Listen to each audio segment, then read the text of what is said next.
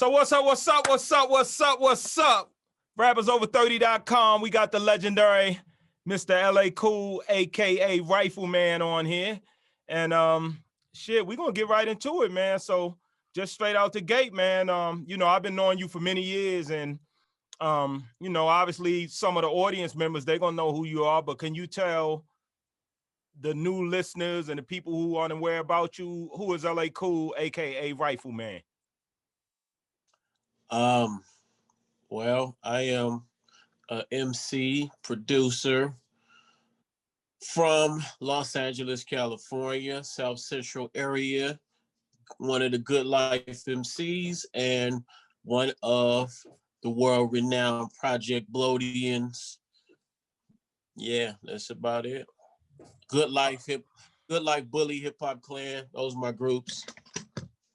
Now tell me something with your names. Where do they come from? You got two. You got the Ellay Khule, and then you got the Rifleman. Can you break down each one of those names? Where they came from? Did you come up with them? Did somebody give you them names?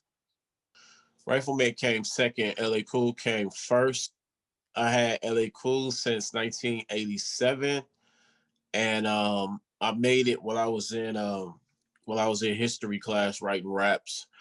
The teacher was giving some sort of lesson about where the slave masters used to name some slaves, like their attitude or their demeanor, and then the place that they were from or set in. So, you know, it'd be like Mad Texas or Happy Ohio or some shit like that. So I was like, yeah, Ellay Khule. So I made that my name. And then when we was at the Good Life, I remember that me and Fish and Red and a couple of them, like we was driving somewhere. I was in a separate car, they was in another car, and they jumped. We went to the gas station and they jumped out the car and they was laughing. I was like, "What y'all dudes laughing at?" And they was like, "Oh, because we was in the car talking about you. We was roasting you. It says you look like that white dude for the TV show Rifleman." Mm-hmm. And you know, Fish is all silly and laughing and shit. Like, so he was just laughing hard. And then I was like, okay, because they was like, yeah, because you got the dimple in your chin, yada yada yada, and you look like a black version of him. And I was like, that's interesting. So the next week, I came with a song called Rifleman, and the rest is basically history. And another part is that I was also carrying a rifle at that time in my car all the time, but that's a whole nother story. Yeah, that's the one I remember. It's PC version, and then it's a hella crazy street version. So let me ask you this: what's your inspiration? What got you into the game? How long you been in the game? And what was your main inspiration to get into rap music? Well, I think my inspiration number one, like outside of rap, just in general, is music. Because my mother's a singer, my uncle's bass players, guitar players, and stuff like that. So I used to always have musicians in my house. Like my mom had the house where they would do their practices, their weekly practices. So I think that's where I got like my Tuesdays from, doing like a Tuesday where all the hip hoppers could come through. Because my mom used to do the same thing with her groups. Like they would practice over my house. My uncles, they had bands and stuff like that. So they would all gather at my house. I remember my mom had a garage, and you could hear them practicing songs for their gigs and stuff, like really loud. So that was like my musical influence was my family. But in rap, it would probably start with Run DMC. Right. And then of course everybody else, you know, Grandmaster Flash, LL Cool J, Houdini, UTFO, Fat Boys, Beastie Boys, Just Ice, you know, all that. All the first generation of hip hop, Kumo D, Treacherous 3, Grandmaster Caz, stuff like that. But Run DMC, the song "Here We Go," when he said the line, if you say you heard my rhymes, we're gonna have to fight because I just made the motherfuckers up last night. And then you can hear people screaming in the back. the moment that I heard that, I was like, I want to do that, whatever he did. But I was so young, I didn't even get the line. I just know that people were screaming, so I was like, I want to do that. Like that was my goal, just to get people to react to rhymes. So that's why I ended up rapping how I rapped, because that was my only goal at first. I said I want to do exactly what Run did right there, like make people scream off something I said. So that's why I used to like go for that like sort of style at the Good Life. I just wanted people to react, and Run DMC, like they was the ones who made me want to rap when I heard that line, when I heard that song. Let me ask you a question, and we're gonna go back. I'm gonna see, we getting old, we rappers over 30, so we want to see if our memory's still good. Do you remember the first time you met me, where we was at? I'm gonna see if you remember this. Well, I think, because I know, like, people always ask me stuff from the 90s and stuff, and the whole 90s to me was a big blur. It seemed like one big day, like a dream. But from my memory, I would say it was the Fox Hills Mall. Yeah, that's what I remember. Yeah, we used to, because back in LA, like, it was only, we from the generation of where, like, the first rappers, and it sounds like, we date ourselves, but, I was younger than most, but I was still one of the first rappers in the city, even like as a kid, because I've been rapping since I was 12 years old. So once I started rapping, then I started putting myself in places where other rappers or hip hoppers were. And, back in the day, it was either you're going to go to World on Wheels, you're going to go to Skyline USA, you're going to go to the Fox Hills Mall, you're going to go to Venice Beach. You might go, like, if you older, I wasn't old enough to go like to Water the Bush or Radiotron and the Yeah, Club I used to hit Picasso. all of them up. I hit I all of wasn't them up. none of those spots, so I would have to go to the mall in places like where I could go for my age. So I couldn't get into all those places. So I would definitely make myself apparent in all those other places that I could go, Venice Beach, stuff like that, and just if you had a certain look, people would drive up on you back in the day and just want to battle you. Like, we didn't know. I used to call it rapping, capping, and scrapping. Like, we didn't know what was gonna happen once the car came up and drove up to us. We didn't know if we was in trouble or we was about to battle. But most of the time it was battling. People would drive up on us, hop out the car, and we would have a battle right on the corner. Let me ask you this. Was I one of the first rappers? Because I remember you said something like this. I'm unclear. I'm getting old, But was I one of the first rappers you met in LA? I kind of remember something like that being said. Yeah. I mean, like active rappers, as far as being active before there was a so-called underground, most definitely, because there wasn't a name. We didn't even have that name yet, underground, because it was either like signed artist or you wasn't. It wasn't like, oh, it's just underground and we're cool to be on underground. That wasn't even like in existence yet. So you was definitely one of the first rappers that I met personally that helped carve like this whole underground scene that everybody is so geeked on and so proud of these days. But back at the beginning, it didn't have a name, and it didn't even really exist. You was basically, they used to call us, like, basically you was like, you're a nobody if you're not signed. Back in the day, you wasn't shit. Who's some of the other artists from back in the days? Like, who are some other artists that was doing it? It was Jolly Joe. Yeah. Jam and J Bird. Yeah. The rapper Tears. Of course, Microphone Mike, and who is Mike the Nine now. Microphone, he always had a great reputation back in the day. Even Candyman, I remember he used to battle early on back in the day. Twilight War, which is Chili Chills, Ski, Radio Ron, like all those dudes. It was a lot, I mean, not a lot like it is now, but a good like 20 that you can be like, all right, these dudes are all hip hoppers. Even Flirtation Nation. It was a group called Flirtation Nation. And the other Mark, that sounds crazy. Yeah, but who was from it? Cram Nevis, who is the other Mark 7. Yeah, I know. Okay, he was in a group with a dude named Flirt. Now, they were Flirtation Nation before he even changed his name to he might even been Mark 7 back then, actually. But when he met the other Mark 7 from Unity Committee from J5, then he ended up switching his name backwards and then creating Cram Nevis because there was another Mark 7. So I remember all of that, like the originals of everybody. I remember when it was 2 Menace to Society at the Good Life, and then they battled for the name, and then they actually both changed their names. Okay, I got a question. Before I ask you this, I'm gonna tell you a little story, but it's regarding your beat making because I know you do beat making. So before I ask you the question, I'm gonna tell you how I got into beat making.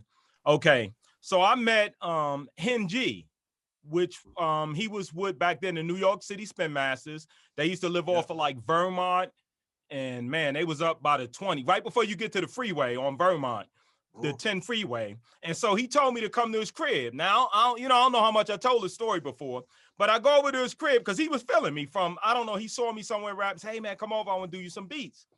When I get over to his house, Evil E was there, his brother.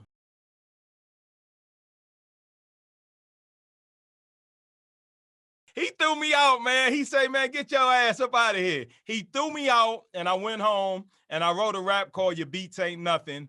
And then I started to make beats. So what got you into making beats?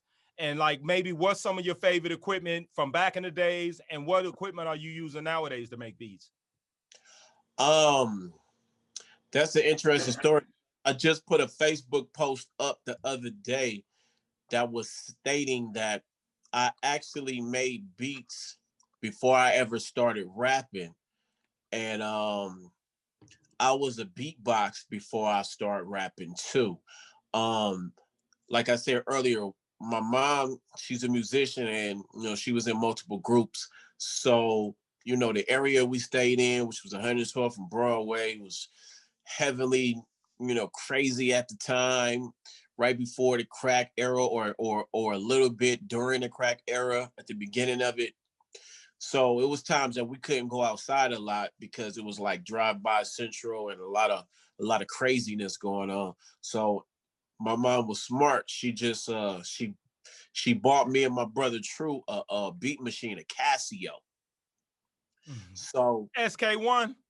Yeah. Was it that? Yep. I had the same one, man. I know. Yep. The little sampler had like 2-second sampling time or something. Yes. And so we was on that first before we did anything. We was on that first. So me and him would just make beats and practice with it. And then a little bit after that, my uncle, he taught me how to play drums. So we was making beats. I learned how to play drums. Then I started beatboxing. But I remember the first time that I rapped, which was about the same time. It was me, my uncle, my brother, and some music was playing. And then my first rap, about 11 years old, I actually was busting a freestyle. And it was like a bag sort of style. I was roasting my brother and my uncle. And I saw the reaction that they was getting. They was laughing like, oh, that was good. And I was like, oh, that's interesting. But I just put that in the back for a while. I was like, okay, like I saw that got a reaction, but I'm still not into it at the time. So I was just making beats a little bit with my brother, and then I started playing the drums a bit. But then I met my homeboy TC, and he was rapping, so I started beatboxing for him. And then maybe within 6 to 8 months after me beatboxing for him, then I just started rapping. We was just rap partners after that. So I was a beatbox first, and then from there, I used all sort of stuff. We used the Insonic, EPS, the Trinity, which I sold you, which I always regretted that I ever even sold that machine. That was you was a good guy. That was okay. It was a good machine. No, I got the rack version now. See, that's dope. But I regretted it because, like, now since I'm really, really into making beats, like I be looking for all sorts of stuff. I'm gonna try to get you one, bro. Yeah, I'm gonna sell it back to you at a discount. Hey, let me ask you this.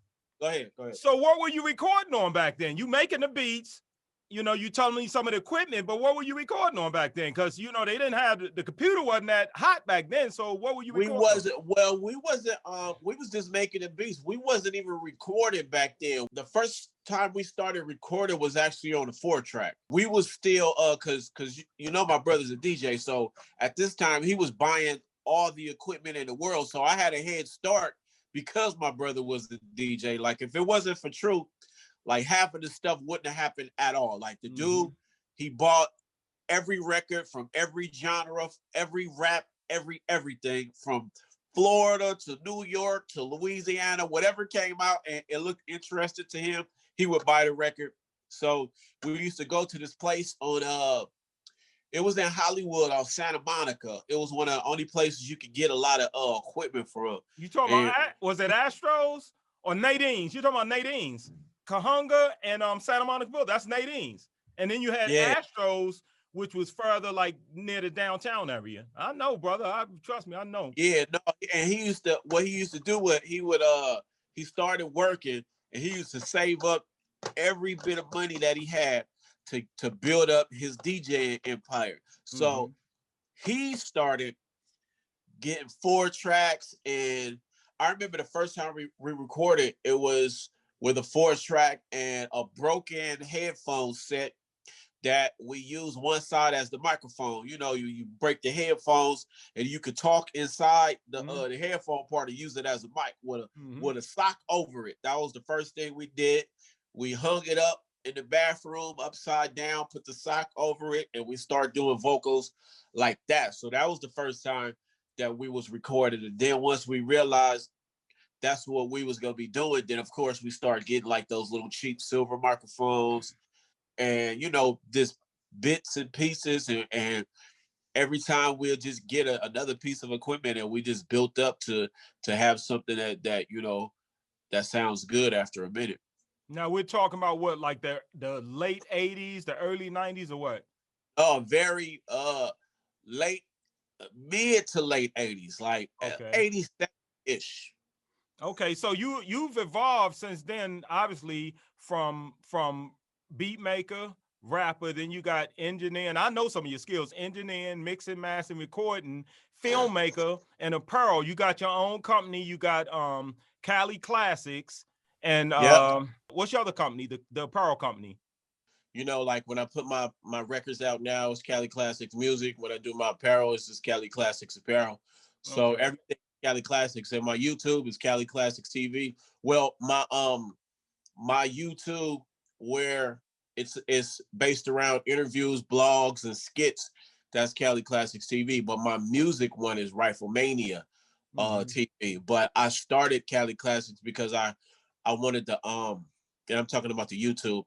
I wanted to create I wanted Cali Classics to have its own organic fan base, not just people who like my music and then they just go attach themselves to that. So I started a brand new page from scratch, from zero, and I probably, and this is earlier this year, and I probably got, like, right now it's probably at 200 subscribers. So it's just slowly building. Well, we're part of what we're doing here at rappersover30.com is to get people to know who you are, to love who you are, and like I said, you know, support. And the thing about you stand out above a lot of us underground or independent artists because you done toured across the world.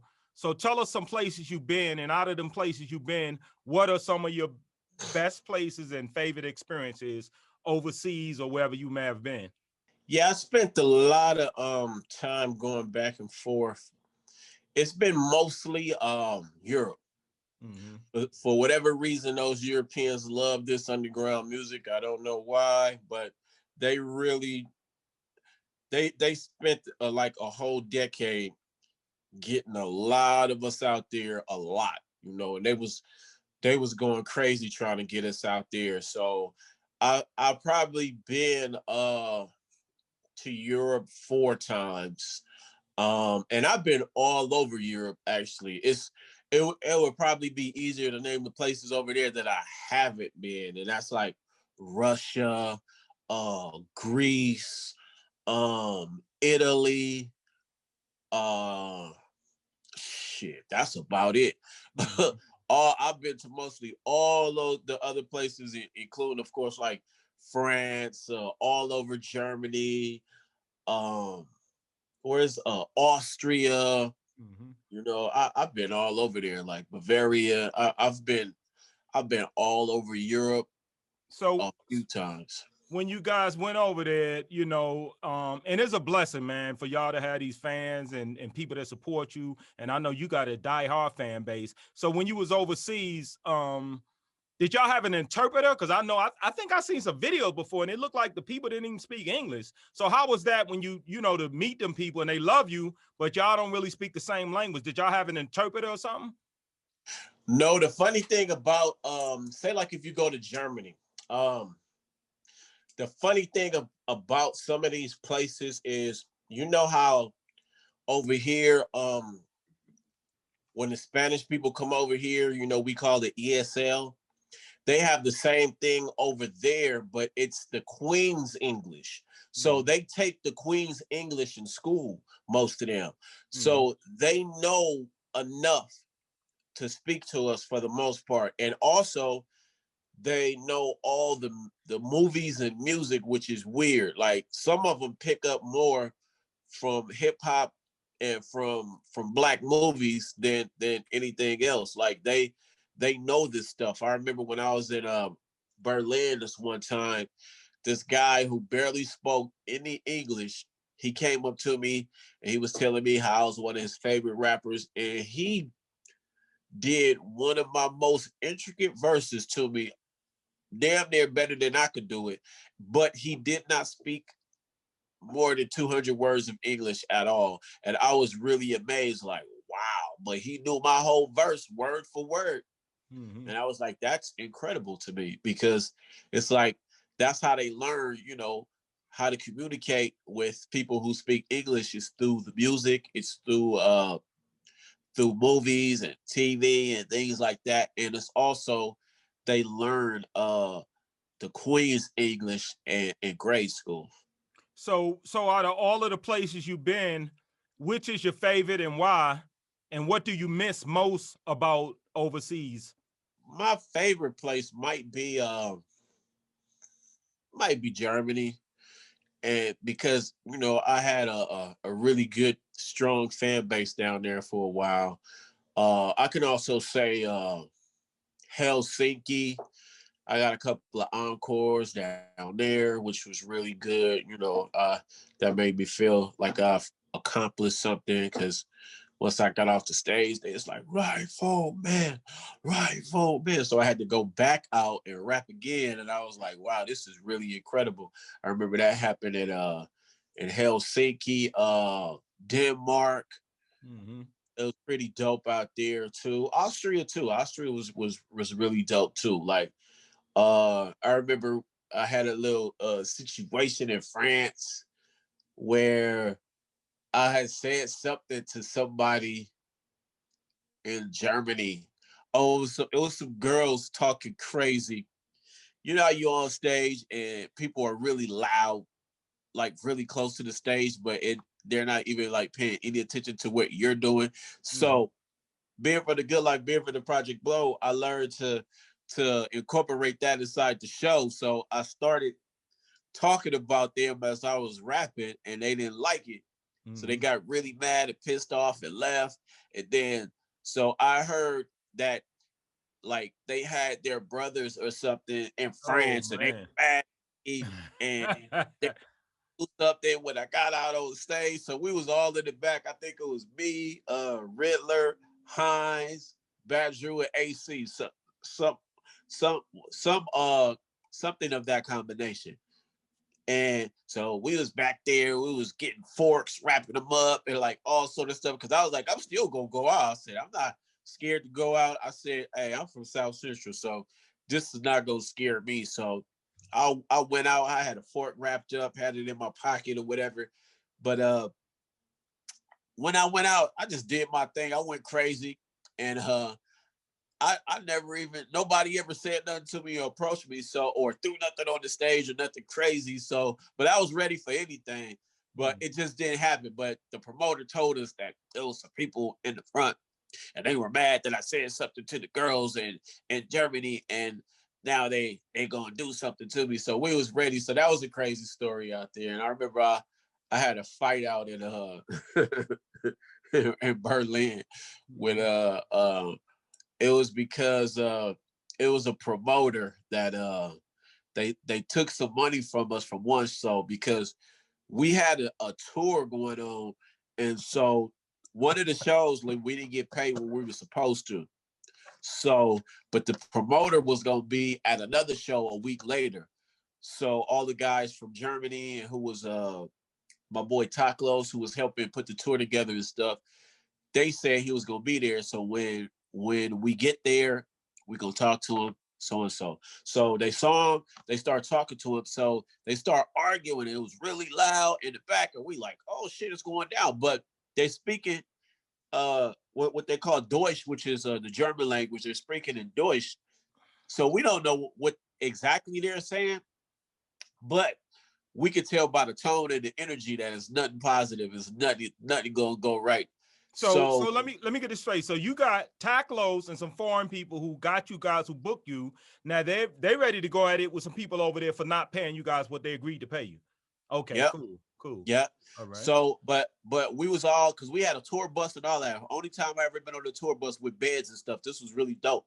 So it was so they was like, we was on the bus arguing because we wasn't getting our money or whatever, and then they was just like, no, we'll see them, they're gonna be at the show next week, we'll see them there, So I was like, okay. So we got to the show, and then they was all backstage, so they was arguing and they start yelling, and then so we see Taklos, he get really mad, and he started yelling, like, and putting his stuff down.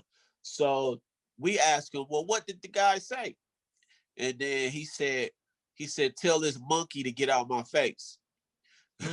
so we was like, yeah, we was like, oh, whoa. So we was like, hold on.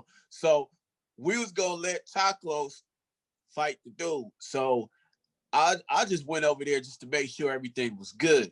Now, when I went over there, the guy's friend, he went over there.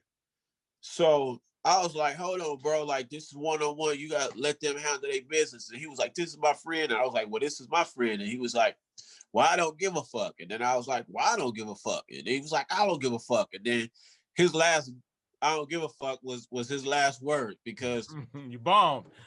Yeah, we saw who didn't give a fuck more, because I cracked him and then he fell on the table and he just fell. It was all it was a glass table with like 100 beers on it, and he just fell, and all you hear is like shattering and all that. And we was all that ended everything. Like, they stopped arguing, the fight was done. Well, y'all got out of this safe, huh? No, we did. It was, and we actually performed that night too. All right,